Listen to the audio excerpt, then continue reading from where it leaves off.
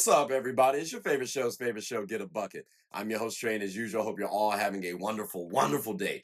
Now, today we're going to talk about defending teammates, okay?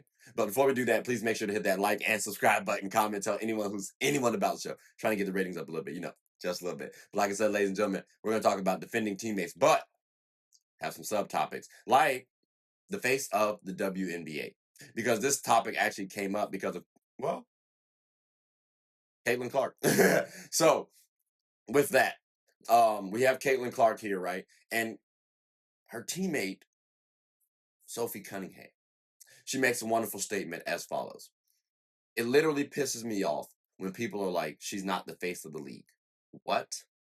And that's my question. What? Like, she's not the face of the league. I'm sorry, Sophie.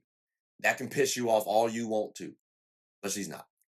Now, the face of the league, when we're talking about sports, you got to talk about the best players, right? And I hear you if you think Caitlin Clark is the best player. I disagree with you. There are better players. She's not in my top 10. Caitlin Clark is not in my top 10 for the WNBA. But people are putting her on that high of a pedestal. So I understand why you think she is. Now, the main reason why they put Caitlin Clark as the face of the league is popularity. I do get that. Popularity does factor in, ladies and gentlemen. It does matter. It's not the end-all, be-all.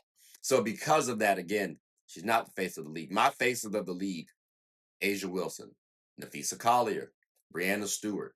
Those players, the best of the best. And again, quite popular. Okay, so again, for me, better players. Yes, Caitlin's popularity might be higher. But if we're going on popularity, then Angel Reese, like, don't she have more followers on Instagram or something like that? Like, popularity is quite subjective. So I promise you, if I start saying Angel Reese is the face of the league now, y'all Caitlyn stands are gonna be like, that's not right. It's not right for Caitlyn either. So I get it though. Sophie trying to defend her teammate. That's where we are.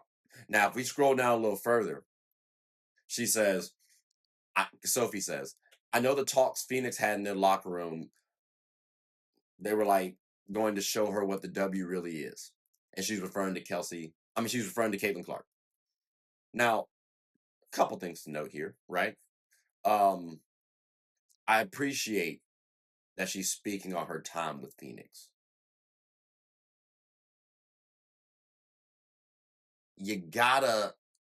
I'm sorry, but you kind of have to blame Caitlin Clark's stands and fans for the way Caitlin was quote unquote attacked. Because that's how people try to act like she was attacked when she hit the W, right?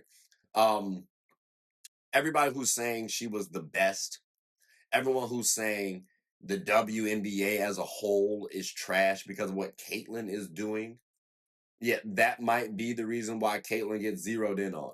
That might be the reason why Caitlyn gets targeted a little bit more. Look at LeVar Ball and how he was talking. Lonzo ain't say nothing. And that might be the problem. Lonzo ain't say nothing. So because of that, Lonzo gets targeted a little bit more. Oh, are we hating now on Lonzo? No, it's a welcome to the league moment. So when we're talking about showing her what the W is really like, I get it. And Sophie does too, to a degree. She says she gets it as well to a degree. I'm curious how Sophie was in those locker rooms. Because it's not like Sophie Cunningham as a player isn't energetic. It's not like she doesn't ride for her team, right? She's even defended Caitlin Clark year one on the court. So I'm curious what Sophie was saying in those Mercury locker rooms. Because we're snitching on the Mercury right now. But what was she saying back then?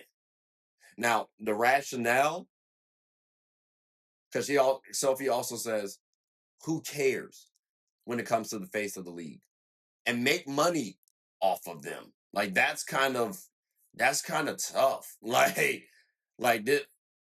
And if you're smart, you're making money off of them.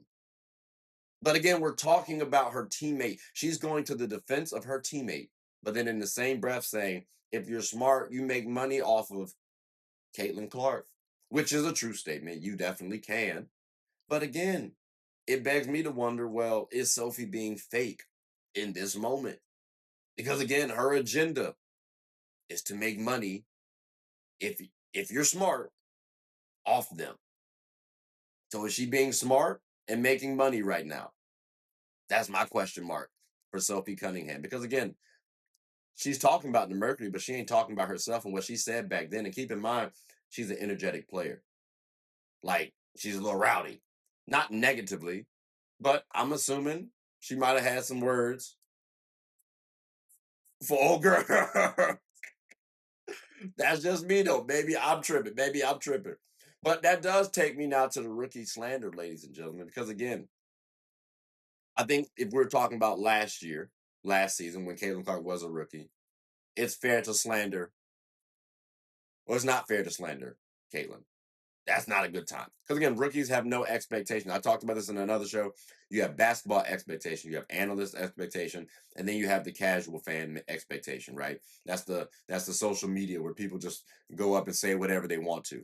Based on real basketball expectations, Caitlin Clark did nothing in the WNBA to deserve any sort of expectations. Like, oh, she's the best player in the WNBA. Oh, she should be WNBA. No. And even this season, there has still been players playing better than her, even if she were playing healthy. Even if she were healthy. So again, rookie slander. Gotta chill out. You can judge rookies. You can critique rookies. They don't really have expectations. So for me, if you do put expectations on rookies, that means you have a grave unappreciation for the WNBA game, for the professional game, because there is a transition. You got to know that.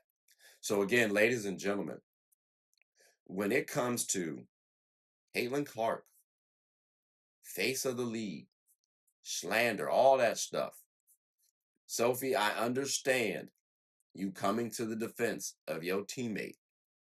And I'm so happy that she is no longer a rookie because we can critique her and slander her, like how she's still leading the WNBA in turnovers, and we're talking about year 2. That's now a trend. Or the inefficiency from 3-point shooting. That's a trend. Yeah, it's cool she can shoot it from deep. Inefficient. But again, though, y'all want to harp on, oh, she got 8 assists, 6 turnovers. Just saying. Sophie, the criticism is fair. The statements, she's not the face of the league, is fair. I'm questioning, where's your angle, personally? But glad to see that you draw some entertainment for your show, as we all are doing. So again, ladies and gentlemen, I mean, that does conclude the end of the episode, but I'm curious what your thoughts are about this here topic. Defending your teammates. Is there a real genuine defense going on? Or do you think Sophie just being smart and making money off of her teammates? I don't know. And then what's your definition of face of a professional league? Should it be based solely off popularity? How much production matters? Is production more important than popularity? That's what I'm curious about now.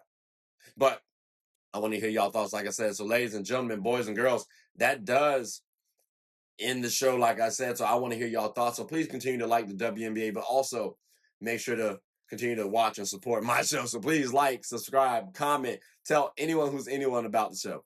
My name is Trey. I'm the host of Get a Bucket. Hope you all are having a good one. Take care.